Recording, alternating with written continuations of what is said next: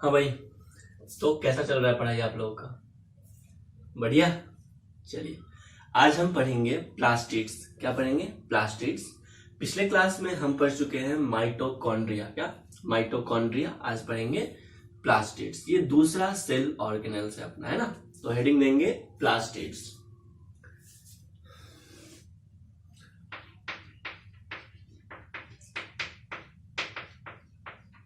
ये जो प्लास्टिड्स है ना, ये सारे ग्रीन प्लांट्स में होता है। कहां पे होता है? ग्रीन प्लांट्स के लीफ में होता है। तो ये ऑल ग्रीन प्लांट्स के सेल्स में होता है। और कहां पे होता है?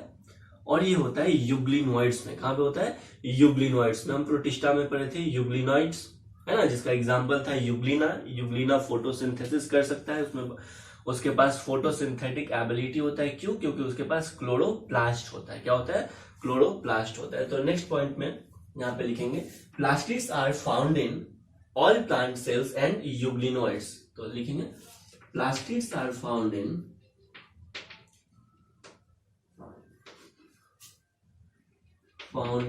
all plant cells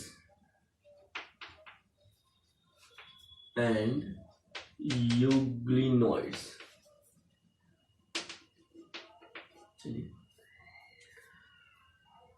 माइटोकॉन्ड्रिया के जैसा, क्या? माइटोकॉन्ड्रिया के जैसा प्लास्टिड्स भी जो है ना, ये सेमी ऑटोनोमस सेल ऑर्गेनेल्स है। क्या है? सेमी ऑटोनोमस सेल ऑर्गेनेल्स है। क्यों? क्योंकि इसके पास भी खुद का क्या है? डबल स्टैंडर्ड सर्कुलर डीएनए होता है और इसके पास खुद का राइबोसोम्स होता है।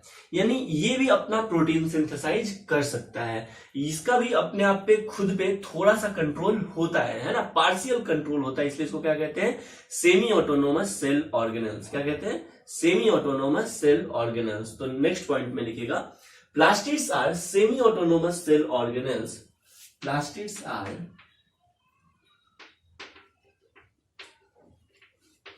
सेमी ऑटोनोमस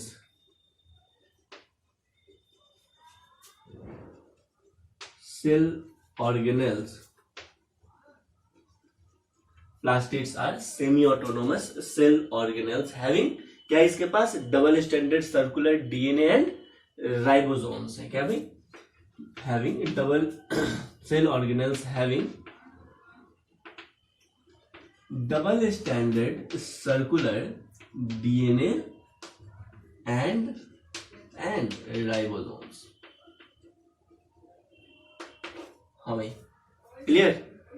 अब हम पढ़ेंगे प्लास्टिड्स के टाइप्स। क्या? प्लास्टिड्स के टाइप्स। उसके पहले ये जो है ना प्लास्टिड्स, ये सेल का लार्जेस्ट सेल ऑर्गेनेल्स होता है। प्लास्टिड्स प्लांट सेल्स का लार्जेस्ट सेल ऑर्गेनेल्स होता है। किसका? प्लांट सेल का लार्जेस्ट सेल ऑर्गेनेल्स होता है। क्लियर? देखो, लेकिन यहाँ पे आपको थोड़ा सा कंफ्यूजन होगा अगर आप कोई बुक पढ़ते हैं, साइड बुक। तो जो प्लास्टिड्स है ना, प्लास्टिड्स, इसको लार्जेस्ट सेल ऑर्गेनेल्स माना गया है। क्लियर? लेकिन किसी किसी बुक में आपको न्यूक्लियस को भी लार्जेस्ट सेल ऑर्गेनेल्स माना गया है। किसको? न्यूक्लियस को भी लार्जेस्ट सेल ऑर्गेनेल्स माना गया। ठीक है? एनसीईआरटी कहता है कि भाई न्यूक्लियस लार्जेस्ट सेल ऑर्गेनेल्स है, और कहीं पे एनसीईआरटी कहता है कि न्यूक्लियस क्या है? सेलुलर कंपोनेंट है। क्या है? सेल का एक कंपोनेंट है। क्लियर? तो यहां पे हो जाता है कंफ्यूजन। यानी अगर ऑप्शन में अगर न्यूक्लियस नहीं दिया रहेगा तब हम किसको टिक करेंगे? प्लास्टिड्स को टिक करेंगे। किसको टिक करेंगे? प्लास्टिड्स को टिक करेंगे। क्लियर? यानी अगर आपको ऑप्शन में लार्जेस्ट सेल ऑर्गेनेल्स पूछता है और ऑप्शन में न्यूक्लियस नहीं देगा, क्या नहीं देगा भाई? न्यूक्लियस ऑप्शन में नहीं रहेगा, तो किसके साथ जाएंगे? प्लास्टिड्स के साथ जाएंगे। अगर ऑप्शन में न्यूक्लियस है, क्लियर, तो अब जाएंगे न्यूक्लियस के साथ। कोई कोई आप साइड बुक पढ़िएगा, देखो एनसीईआरटी में ना एक जगह सेल ऑर्गेनेल्स बोल दिया है तो हम सेल ऑर्गेनेल्स के साथ रहेंगे, एनसीईआरटी के साथ रहेंगे। किसी साइड बुक में आप पढ़िएगा कि भाई लार्जेस्ट सेल ऑर्गेनेल्स क्या है? प्लास्टिड्स है, वहां पे न्यूक्लियस का वो बात नहीं करेंगे। ठीक है? हम भी आपको पढ़ाएं तो हम कैसे पढ़ाएं भाई? सेल का 3 पार्ट होता है ना, 3 कंपोनेंट होता है। पहला कंपोनेंट सेल बाउंड्री, दूसरा कंपोनेंट साइटोप्लाज्म और तीसरा कंपोनेंट न्यूक्लियस। यानी सेल के न्यूक्लियस को एज अ कंपोनेंट हम माने, है ना, सेल ऑर्गेनेल्स नहीं माने। क्लियर? तो वो डिपेंड करता है किसी राइटर पे कि भाई वो न्यूक्लियस को क्या मानता है। लेकिन आप रहेंगे किसके साथ? एनसीईआरटी के साथ। क्लियर? नेक्स्ट पॉइंट में लेकिन अगर लार्जेस्ट सेल ऑर्गेनेल्स का बात कहा जाए, अगर एज अ कंपोनेंट हम न्यूक्लियस को मानते हैं तब लार्जेस्ट सेल ऑर्गेनेल्स क्या हो जाएगा, प्लांट का क्या हो जाएगा, प्लास्टिड्स हो जाएगा। क्या, प्लास्टिड्स। तो हेडिंग नेक्स्ट पॉइंट में लिखेंगे largest cell organelles in plant cells. क्या है भाई ये, largest cell organelles in plant cell. ये प्लांट में लार्जेस्ट सेल ऑर्गेनेल्स है प्लांट सेल। ठीक है, अब हम पढ़ेंगे types of plastids based on presence और एब्सेंस ऑफ पिगमेंट। पिगमेंट के प्रेजेंस और पिगमेंट के एब्सेंस के बेसिस पे प्लास्टिड्स मेनली 3 तरह का होता है। एक होता है क्लोरोप्लास्ट, दूसरा होता है क्रोमोप्लास्ट और तीसरा होता है ल्यूकोप्लास्ट। क्या, क्लोरोप्लास्ट, क्रोमोप्लास्ट और ल्यूकोप्लास्ट। क्लियर। चलिए तो नेक्स्ट हेडिंग देंगे क्या, types of plastids based on, types of plastids, types of plastids based on presence और एब्सेंस ऑफ पिगमेंट। ठीक है, types of plastics based on presence और एब्सेंस ऑफ पिगमेंट। तो प्लास्टिक्स कितने तरह का होता है भाई, मेनली 3 तरह का होता है। पहला कौन सा हो गया, क्लोरोप्लास्ट, क्लोरोप्लास्ट। फिर क्या होता है, क्रोमोप्लास्ट,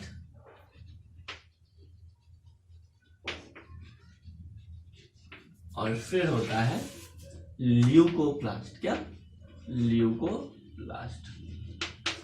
क्लोरोप्लास्ट, क्रोमोप्लास्ट और ल्यूकोप्लास्ट हम अपने सिलेबस में पूरे डिटेल में पढ़ेंगे। किसके बारे में भाई, क्लोरोप्लास्ट के बारे में। क्रोमोप्लास्ट और ल्यूकोप्लास्ट का बस इंट्रोडक्शन देखेंगे। क्लियर। क्लोरोप्लास्ट के बारे में आपको कुछ पता होगा कि भाई ये लाइट एनर्जी को क्या करता है, ट्रैप करता है। क्या, लाइट एनर्जी को ट्रैप करता है। और क्लोरोप्लास्ट के पास होता है क्लोरोफिल पिगमेंट। देखो क्लोरोप्लास्ट और क्लोरोफिल में थोड़ा कंफ्यूजन होता है, आप कंफ्यूजन नहीं होइएगा। क्लोरोफिल क्या है, पिगमेंट है। क्या है, क्लोरोफिल पिगमेंट। और क्लोरोप्लास्ट क्या है, सेल ऑर्गेनेल्स है। क्या है, सेल ऑर्गेनेल्स है। क्लियर। तो क्लोरोप्लास्ट के अंदर रहता है क्या, क्लोरोफिल। क्लोरोप्लास्ट के अंदर रहता है पिगमेंट क्लोरोफिल, जो उसको ग्रीन कलर बनाता है। क्या है? तो इस यहां पे लिखेंगे क्या, क्लोरोप्लास्ट का क्या फंक्शन है भाई, ये लाइट एनर्जी को ट्रैप करता है। क्या, लाइट एनर्जी को ट्रैप करता है, trapping light energy.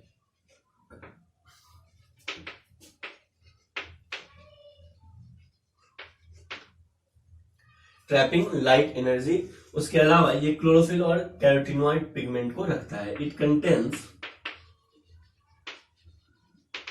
Contains chlorophyll and carotenoid pigment. चलिए, क्रोमोप्लास्ट क्या होता है। क्रोमा का मतलब होता है कलर। क्या, क्रोमा का मतलब क्या होता है, कलर्ड। और प्लास्ट का मतलब प्लास्टिड से है।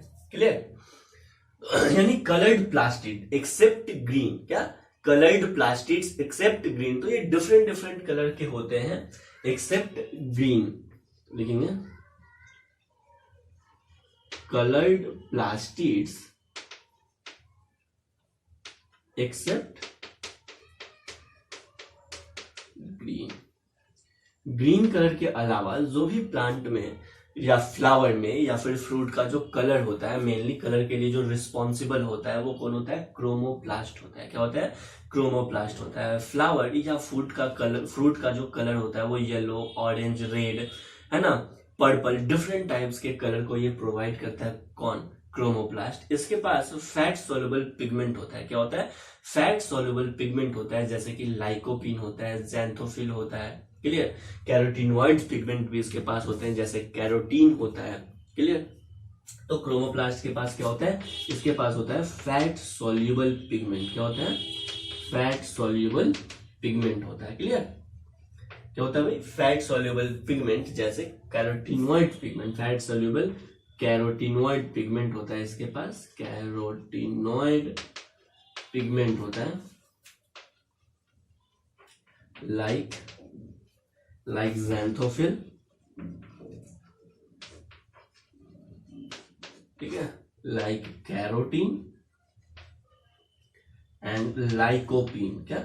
लाइकोपीन के बारे में तो पता ही होगा, ये टोमेटो का कलर रेड होता है इसके कारण, और जो रेड चिली होता है उसका कलर रेड होता है।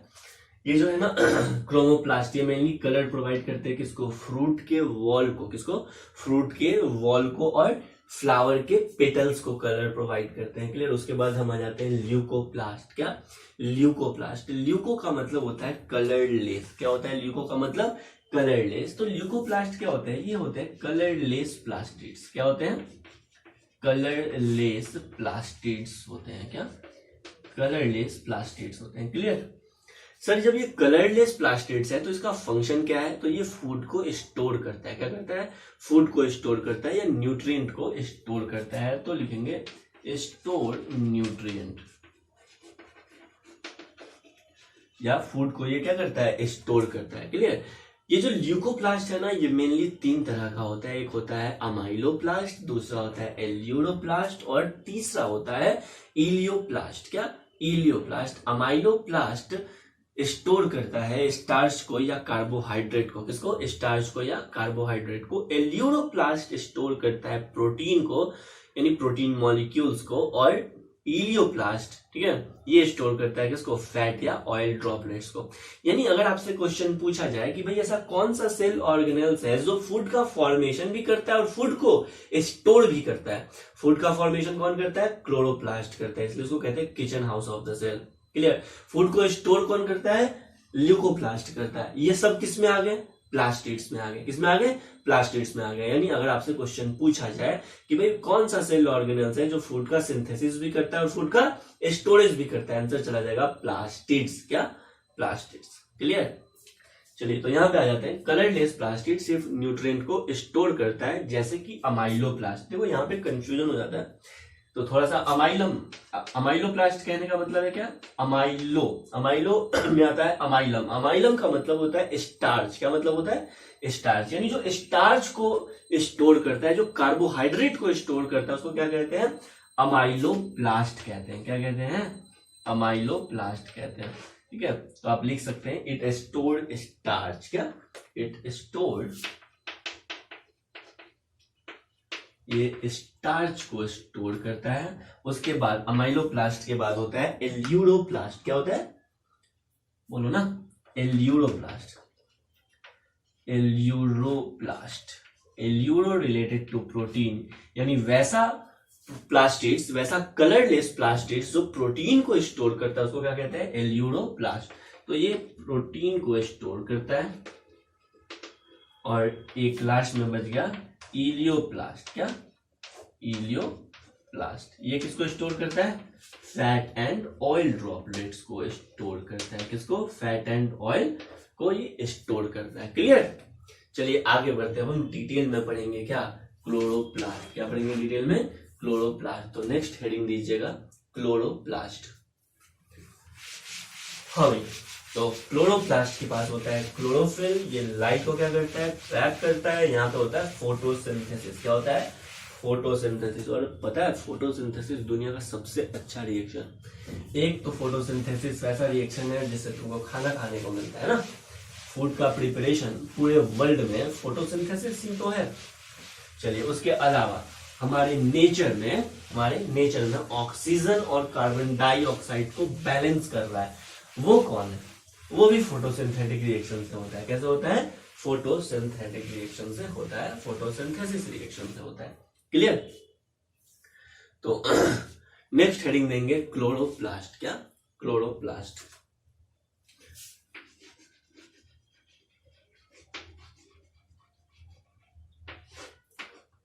क्लोरोप्लास्ट है ना। मेजोरिटी ऑफ क्लोरोप्लास्ट जो है ना वो ग्रीन प्लांट के मिजोफिल सेल में रहता है। कहां पे रहता है? ग्रीन प्लांट के मिजोफिल सेल में रहता है। जब हम एनाटॉमी पढ़ेंगे, जब हम प्लांट एनाटॉमी पढ़ेंगे, तो वहां पे पढ़ेंगे कि भाई 2 तरह के ग्राउंड सेल्स होते हैं, ग्राउंड टिश्यू होते हैं। एक होता है मिजोफिल सेल और दूसरा होता है बंडल सीड सेल। क्या? लीफ में 2 तरह के ग्राउंड सेल्स या ग्राउंड टिश्यू होते हैं जो वैस्कुलर बंडल के चारों तरफ होते हैं। क्लियर? उसको कहते हैं ग्राउंड टिश्यू। क्या कहते हैं? ग्राउंड टिश्यू, है ना। वो 2 तरह के होते हैं, एक होते हैं मिजोफिल सेल और दूसरा होता है बंडल सीड सेल। क्या, मेसोफिल सेल और बंडल सीड सेल। तो लीफ के मेसोफिल सेल में क्लोरोप्लास्ट का नंबर, क्लोरोप्लास्ट का अमाउंट अधिक होता है बंडल सीड सेल के रिस्पेक्ट में। क्लियर है? तो यहाँ पे पहला पॉइंट लिखिएगा, क्या लिख लीजिए भाई, majority of chloroplast of green plants, majority of chloroplast of green plant, majority of chloroplast of green plants are found in the mesophyll cells of, are found in the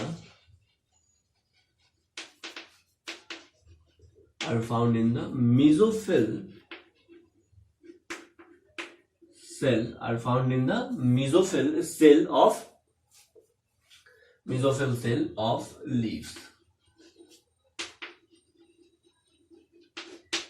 clear? चलिए, जो chloroplast है उसके हम size, shape और number को देखते हैं।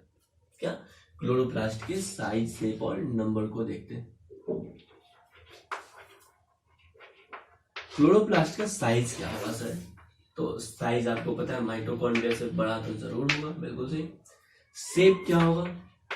तो ये डिफरेंट शेप का होता है, वेरिएबल शेप होता है इसके पास, कोई फिक्स्ड शेप नहीं है। ये ओवल शेप के भी हो सकते हैं, लेंस शेप के भी हो सकते हैं, spherical, discoidal, ribbon like, cup shape, कैसे भी ये हो सकते हैं। क्लियर? उसके बाद नंबर, यानी पर सेल क्लोरोप्लास्ट का नंबर कितना होता है, तो नंबर भी काफी वेरिएबल होता है। चलिए देखते हैं। अब इसका साइज कितना होता है, तो जो इसका लेंथ है ना, लेंथ किसका,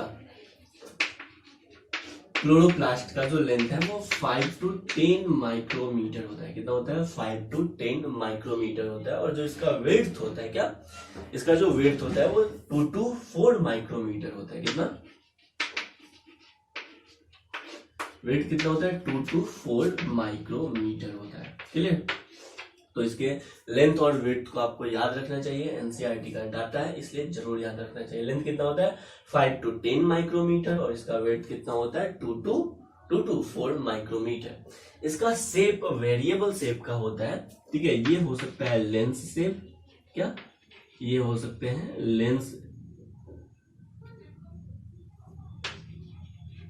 लेंस शेप्ड के हो सकते हैं, या ये ओवल शेप्ड के हो सकते हैं, या ये डिस्क्वाइडल हो सकते हैं, क्या, डिस्क्वाइडल हो सकते हैं। उसके अलावा ये रिबन शेप्ड के भी हो सकते हैं। क्या हो सकते हैं?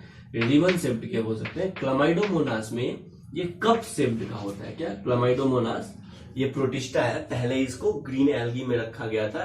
क्लियर? तो ये कप शेप्ड के भी हो सकते हैं। तो क्लामाइडोमोनास का जो क्लोरोप्लास्ट होता है वो कैसा होता है? कप शेप्ड का होता है। कैसा होता है भाई? कप शेप्ड का होता है। देखो ये देखो, ये है ऐसा करके होता है क्लामाइडोमोनास, ठीक है। उसके बाद ये फ्लैजिला होता है, लोकोमोटरी स्ट्रक्चर। चलिए, और इसके अंदर ऐसे करके होता है इसके पास क्या? क्लोरोप्लास्ट। क्या है ये? क्लोरोप्लास्ट है, ठीक है। दिख रहा है ये जो है ना, ये क्या भाई? क्लोरोप्लास्ट है। तो देखो, एक क्लामाइडोमोनास में एक क्लोरोप्लास्ट, क्या भाई? एक क्लामाइडोमोनास एक सेल है ना, यूनिसेलुलर यूकैरियोटिक। अब इसको प्रोटिस्टा में रखा गया, अगर आपको याद हो तो पर क्लोरोप्लास्ट क्रोमोसोम का नंबर कितना होता है? पर क्लोरोप्लास्ट,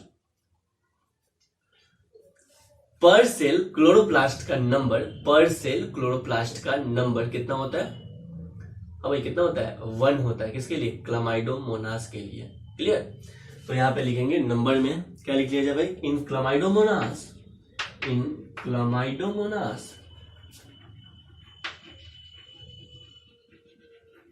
1 पर सेल, क्या, 1 पर सेल। लेकिन लीफ के मेसोफिल सेल में ये कितना होते हैं? हाँ भाई, लीफ के मेसोफिल सेल में इसका नंबर कितना होता है? In mesophyll cell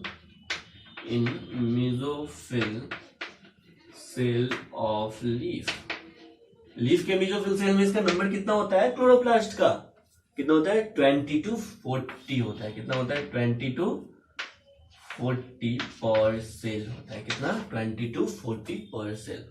clear? चलिए आगे बढ़ते हैं। नेक्स्ट, ये तो हो गया क्लोरोप्लास्ट के साइज, शेप और नंबर्स के बारे में। अब हम एक क्लोरोप्लास्ट के स्ट्रक्चर को इलेबोरेट करेंगे, है ना, एक क्लोरोप्लास्ट के स्ट्रक्चर को डिटेल में देखेंगे। तो नेक्स्ट हेडिंग दीजिएगा स्ट्रक्चर ऑफ क्लोरोप्लास्ट, है ना, जैसा एनसीईआरटी में दिया हुआ है वैसा ही क्लोरोप्लास्ट देखने की कोशिश करते हैं। स्ट्रक्चर ऑफ क्लोरोप्लास्ट, ठीक है। क्लोरोप्लास्ट माइटोकॉन्ड्रिया के जैसा, क्या, क्लोरोप्लास्ट माइटोकॉन्ड्रिया के जैसा डबल मेम्ब्रेनस स्ट्रक्चर होता है। कैसा?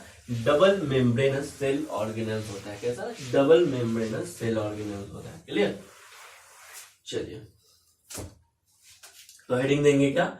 Structure of chloroplast.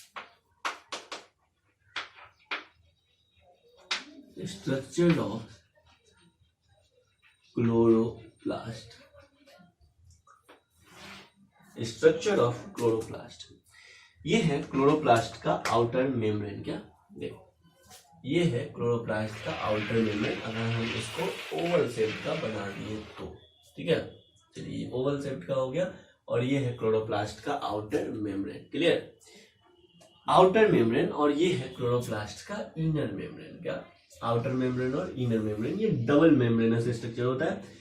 दोनों मेम्ब्रेन जो होता है ना, इसमें किसी भी तरह का इनफोल्डिंग नहीं होता है, ना इनर मेम्ब्रेन में किसी भी तरह का इनफोल्डिंग होता है और ना आउटर मेम्ब्रेन में किसी भी तरह का इनफोल्डिंग होता है। क्लियर? ये हो गया बाउंड्री लाइन किसका? क्लोरोप्लास्ट का बाउंड्री लाइन। ये जो आउटर मेम्ब्रेन है ना, आउटर मेम्ब्रेन पिंक वाला, क्या, आउटर मेम्ब्रेन, ये लेस परमिएबल नहीं, ये मोर परमिएबल होता है। क्या होता है? ये मोर परमिएबल होता है। और जो इनर मेम्ब्रेन होता है वो लेस परमिएबल होता है। ये जो ग्रीन कलर का आपको दिख रहा है, ये है इनर मेम्ब्रेन। क्या है? Inner membrane. किसका इनर मेम्ब्रेन? क्लोरोप्लास्ट का। ये लेस परमिएबल होता है। क्या?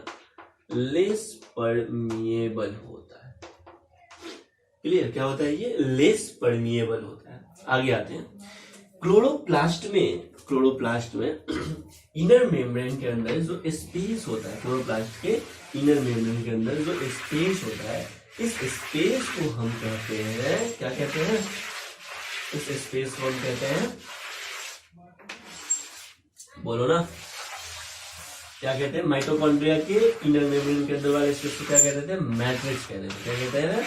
मैट्रिक्स कहते हैं। वैसे ही क्लोरोप्लास्ट के इनर मेम्ब्रेन के अंदर जो स्पेस होता है, जो फ्लूइड होता है, उसको क्या कहते हैं पता है? क्या कहते हैं? स्ट्रोमा कहते हैं। क्या कहते हैं भाई? स्ट्रोमा कहते हैं। तो ये हो गया स्ट्रोमा। क्या हो गया? ये स्ट्रोमा। और स्ट्रोमा में बहुत सारे कंपोनेंट होते हैं क्लोरोप्लास्ट के। क्या? स्ट्रोमा में क्लोरोप्लास्ट के बहुत सारे कंपोनेंट होते हैं। चलो एक एक करके देखते हैं सबको। देखिए भाई, तो इस स्ट्रोमा में होता है थैलेकोइड। क्या? थैलेकोइड। जैसे बैंगल होता है ना, बैंगल, चूड़ी, वैसे होता है ये थैलेकोइड, ऐसे राउंड राउंड राउंड राउंड। और ये थैलेकोइड्स एक दूसरे के ऊपर ऐसा लगता है कि एक कॉइन का क्या कर रहा है? पिलर बना रहा है। कॉइन का स्टैकिंग हो रहा है। क्या? कॉइन का स्टैकिंग हो रहा है। ये एक येलो वाला अगर वो देखेंगे ना, तो इसको क्या कहेंगे? इसको कहेंगे थैलेकोइड्स। क्या कहेंगे? थैलेकोइड्स। और स्टैकिंग ऑफ थैलेकोइड्स, क्या, स्टैकिंग ऑफ थैलेकोइड्स क्या कहलाता है? भाई, इस पूरे थैलेकोइड के स्टैकिंग को क्या कहते हैं? एक साथ क्या कहते हैं? ग्रैनम कहते हैं। क्या कहते हैं? ग्रैनम कहते हैं। ठीक है, तो ये है ग्रैनम। ठीक है, दूसरा थैलेकोइड्स, और बहुत सारा थैलेकोइड्स एक दूसरे के ऊपर अरेंज, और बहुत सारा जब थैलेकोइड्स एक दूसरे के ऊपर अरेंज होता है, स्टैकिंग होता है, पिलर लाइक बना देता है, तो इसको क्या कहते हैं? तब इसको कहते हैं ग्रैनम। क्या कहते हैं भाई? ग्रैनम। ग्रैनम थैलेकोइड्स का नंबर बहुत ज्यादा होता है, मतलब लाइक वेरिएबल्स नंबर होता है, 20 to 40 भी जा सकते हैं। क्लियर? तो इसका नंबर वेरिएबल होता है। देखते हैं,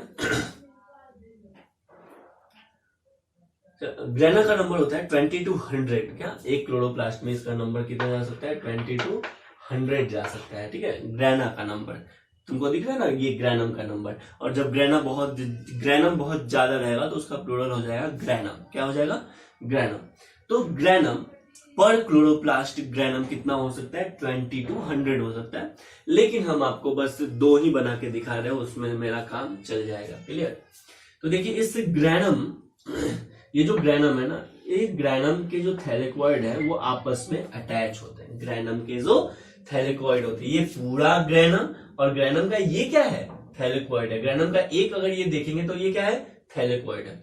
तो ये ग्रैनम और ग्रैनम के थैलेकॉइड आपस में कनेक्टेड होते हैं। पता है किससे कनेक्टेड होते हैं, ये कनेक्टेड होते हैं स्ट्रोमा लैमेली से। किससे कनेक्टेड होते हैं, स्ट्रोमा लैमेली से कनेक्टेड होते हैं। किससे, स्ट्रोमा लैमेली से ये कनेक्टेड होते हैं। यानी स्ट्रोमा लैमेली क्या है, तो दो ग्रैनम थैलेकॉइड को कनेक्ट करने वाला एक ट्यूब्यूलर स्ट्रक्चर है जिसको कहते हैं स्ट्रोमा लैमेली। क्या कहते हैं, स्ट्रोमा लैमेली कहते हैं। क्लियर। अब आइए, ये जो थैलेकॉइड मेम्ब्रेन है, आपको दिख रहा है थैलेकॉइड मेम्ब्रेन येलो कलर का, ये जो दिख रहा है ये थैलेकॉइड मेम्ब्रेन, ये थैलेकॉइड मेम्ब्रेन, ये सब थैलेकॉइड मेम्ब्रेन। इस थैलेकॉइड मेम्ब्रेन पे होता है क्वांटासोम्स। क्या होता है, क्वांटासोम्स। इस थैलेकॉइड मेम्ब्रेन पे होता है क्वांटासोम्स। ये क्वांटासोम है ना, ये फोटोसिंथेसिस का यूनिट है। यूनिट ऑफ फोटोसिंथेसिस क्या होता है, क्वांटासोम होता है। यानी फोटोसिंथेसिस में जो एक्टिवली पार्ट लेता है वो क्या है, वो क्वांटासोम्स है। क्या भाई, ये क्वांटासोम्स है। यानी आप समझ गए कि लाइट रिएक्शन जो होता है ना, लाइट रिएक्शन वो कहां पे होता है, थैलेकॉइड मेम्ब्रेन में होता है। कहां पे होता है, थैलेकॉइड मेम्ब्रेन। तो ये पिंक पिंक आपको बना के दिखा रहा है ना, ये पूरे ग्रैनम या थैलेकॉइड के मेम्ब्रेन पे प्रेजेंट होता है। इसको कहते हैं, क्या कहते हैं, क्वांटासोम। क्या कहते हैं भाई, क्वांटासोम कहते हैं। क्वांटासोम क्या है, फंक्शनल यूनिट ऑफ फोटोसिंथेसिस है। क्या भाई, functional unit of photosynthesis. Functional unit of photosynthesis.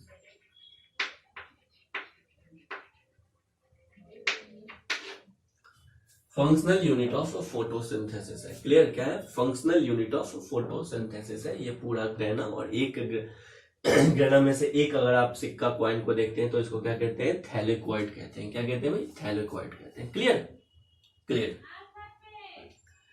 ये ग्रैना का नंबर्स पर क्लोरोप्लास्ट कितना हो सकता है, 20 to 100 हो सकता है। कितना हो सकता है, 20 to 100 हो सकता है। देखो ये सब पॉइंट आप अभी कॉपी आपके पास होना चाहिए, और जो बोल रहे हैं पॉइंट वाइज आप इसको नोट डाउन करते रहिए, बेहतर होगा आपके लिए ना। बाकी नोट्स में ये सब चीज लिखा हुआ है। अब देखो भाई, इस स्ट्रोमा में होता है क्या, इस स्ट्रोमा में होता है राइबोसोम्स। क्या होता है, बहुत सारा राइबोसोम्स होता है। इस स्ट्रोमा में क्या होता है, बहुत सारे राइबोसोम्स भी प्रेजेंट होते हैं। और आपको पता है इसके राइबोसोम्स कैसे होते हैं, इसके राइबोसोम्स होते हैं 70 टाइप्स। कैसे होते हैं भाई, राइबोसोम कैसे होते हैं, 70 टाइप। और हम आपको बोले कि एस क्या है, इसको हम डिटेल में पढ़ाएंगे जब हम राइबोसोम पढ़ाएंगे तब। ठीक है, तो प्लीज आप पेशेंस रखिए। अगर आपको पता है तो बहुत अच्छा बात है।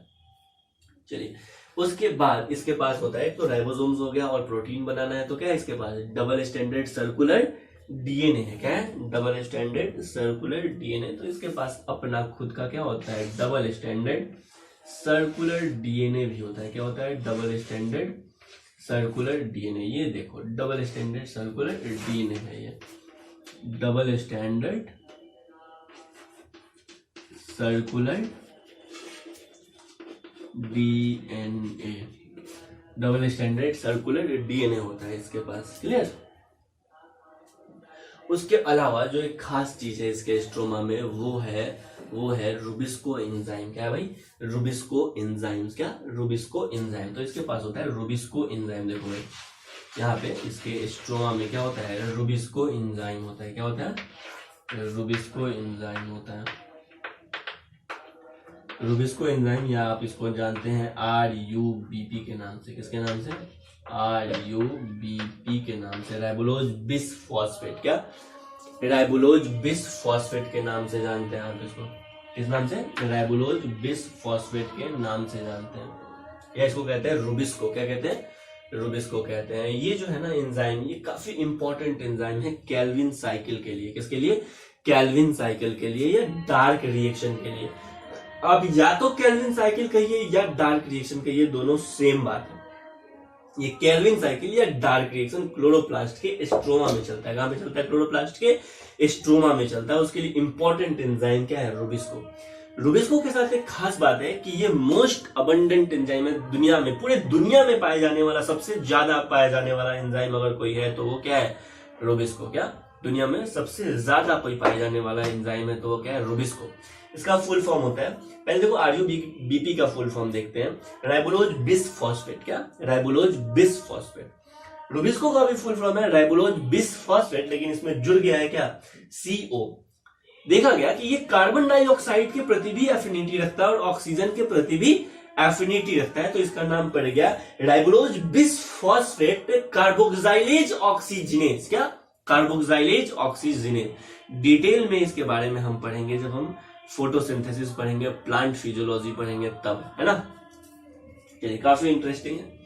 तो स्ट्रोमा में चलता है कैल्विन साइकिल या डार्क रिएक्शन। और आपको पता है ये जो लाइट रिएक्शन है ना, लाइट रिएक्शन ये कहां पे चलता है, लाइट रिएक्शन चलता है यहाँ पे, कहां पे, थैलेकोइड मेम्ब्रेन पे। कहां पे भाई, थैलेकोइड मेम्ब्रेन पे। देखो फोटोसिंथेसिस में तुमको पता है 2 स्टेप होता है, एक होता है लाइट रिएक्शन और दूसरा होता है डार्क रिएक्शन। क्या, लाइट रिएक्शन और डार्क रिएक्शन। लाइट रिएक्शन में क्या करते हैं, सोलर एनर्जी को ट्रैप करते हैं। क्या करते हैं, सोलर एनर्जी को ट्रैप करते हैं और केमिकल एनर्जी में कन्वर्ट कर देते हैं, जैसे ATP और NADPH2 बना लेते हैं।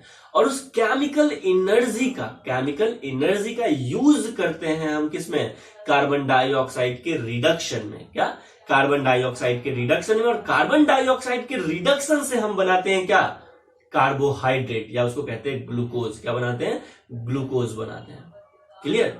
तो ग्लूकोज बनता है CO2 के रिडक्शन से, इसको कहते हैं डार्क रिएक्शन। क्या कहते हैं, डार्क रिएक्शन। लाइट रिएक्शन में क्या होता है, बस वाटर का फोटोलाइसिस होता है, यानी वाटर का ब्रेकडाउन किया जाता है, हाइड्रोजन अलग ऑक्सीजन अलग। ऑक्सीजन को उड़ा दो एटमॉस्फेयर में, हाइड्रोजन को रख लो। क्या करेंगे, हाइड्रोजन को रख के कार्बन डाइऑक्साइड को रिड्यूस करेंगे।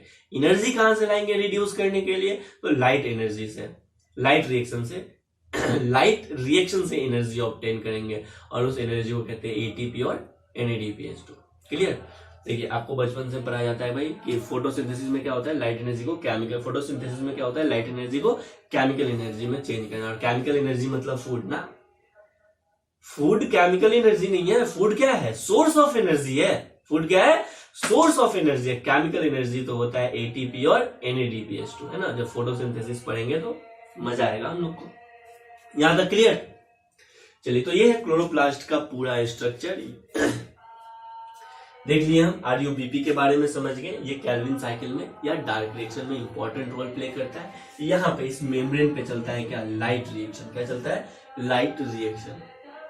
चलिए, तो कंपोनेंट ऑफ स्ट्रोमा अगर हम देखते हैं, स्ट्रोमा के बारे में समझ गए। इसके पास डबल स्टैंडर्ड सर्कुलर DNA होता है और राइबोसोम्स होता है। क्या होता है, डबल स्टैंडर्ड सर्कुलर DNA और राइबोसोम्स होता है। उसके बाद अगर हम देखते हैं इसके पास कंपोनेंट, अगर देखते हैं पूरे डिटेल में, तो इसके कंपोनेंट को देखें तो इसके पास होता है थैलेकोइड। क्या होता है, थैलेकोइड। और बहुत सारा थैलेकोइड अगर स्टैकिंग हो जाता है कॉइन के पिलर के जैसा, तो इसको कहते हैं ग्रैना। क्या कहते हैं, ग्रैंडम। ठीक है। और बहुत सारा ग्रैनम को क्या कहेंगे, बहुत सारे ग्रैनम को क्या कहेंगे, ग्रैना कहेंगे। और पर क्लोरोप्लास्ट ग्रैना का नंबर कितना हो सकता है, तो 20 to 100 हो सकता है। कितना हो सकता है भाई, 20 to 100 हो सकता है। स्ट्रोमा लैमेली 2 ग्रैनम थैलेकोइड को कनेक्ट करने का काम करता है। और क्वांटोसोम को अगर देखें तो ये फंक्शनल यूनिट है किसका, फोटोसिंथेसिस का। किसका, फोटोसिंथेसिस का। बोलो भाई, यहां तक क्लियर। अब बात आता है कि सर क्लोरोप्लास्ट में क्लोरोफिल कहां प्रेजेंट है, क्लोरोप्लास्ट में क्लोरोफिल कहां प्रेजेंट है, तो क्लोरोप्लास्ट में क्लोरोफिल प्रेजेंट होता है। बोलो, लाइट रिएक्शन कहां पे चलता है, अल्टीमेटली क्लोरोफिल करता क्या है, लाइट एनर्जी को ट्रैप करता है। क्या करता है, लाइट एनर्जी को ट्रैप करता है। तो लाइट रिएक्शन कहां पे चलेगा, थैलेकोइड मेम्ब्रेन में चलेगा ना। कहां पे, थैलेकोइड मेम्ब्रेन में। यानी क्लोरोफिल भी कहां प्रेजेंट होगा, थैलेकोइड मेम्ब्रेन पे प्रेजेंट होता है। तो chlorophyll are present on thylakoid membrane. चलिए, इसको आप लिख लीजिए, यहाँ पे जगह दे देते हैं इसको। Chlorophyll present on thylakoid membrane. Chlorophyll present कहां पे होता है भाई, ये होता है थैलेकोइड मेम्ब्रेन पे प्रेजेंट होता है। थैलेकोइड मेम्ब्रेन पे प्रेजेंट होता है। क्लियर। चलिए, अब हम देखते हैं फंक्शन। क्या फंक्शन, किसका फंक्शन, क्लोरोप्लास्ट का फंक्शन, है ना। तो पहला फंक्शन बताओ क्या, तो सर ये फोटोसिंथेसिस परफॉर्म करता है। क्या करता है, फोटोसिंथेसिस परफॉर्म करता है। बिल्कुल सही भाई, फोटोसिंथेसिस परफॉर्म करता है, तुम्हारे लिए खाना बनाता है। उसके अलावा एटमॉस्फेयर में कार्बन डाइऑक्साइड और O2 के कॉन्सेंट्रेशन को रेगुलेट करता है। क्या, उसके अलावा एटमॉस्फेयर में कार्बन डाइऑक्साइड और O2 के कॉन्सेंट्रेशन को बैलेंस करता है, रेगुलेट करता है। तो लिखेंगे फंक्शन ऑफ क्लोरोप्लास्ट, क्या फंक्शन ऑफ क्लोरोप्लास्ट।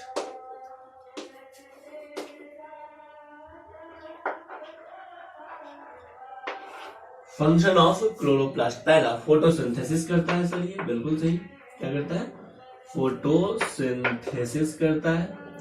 और फोटोसिंथेसिस करता है इसलिए तो उसको कहते हैं क्या, किचन ऑफ द सेल, क्या भाई, किचन ऑफ द सेल, है ना, क्लोरोप्लास्ट, है ना, power house of the cell, पता है बचपन से तुमको, mitochondria. Next, balancing of O2 and CO2 in atmosphere, क्या balancing of CO2 and O2 in atmosphere.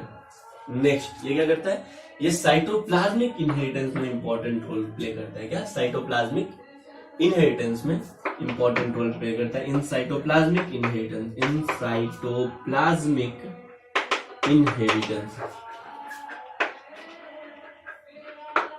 Next, हाँ भाई, ये क्या करता है, ये स्टोर करता है विटामिन के को, विटामिन ई को, आयरन को और रुबिस्को को। किसको, रुबिस्को को। रुबिस्को क्या है, एंजाइम है। और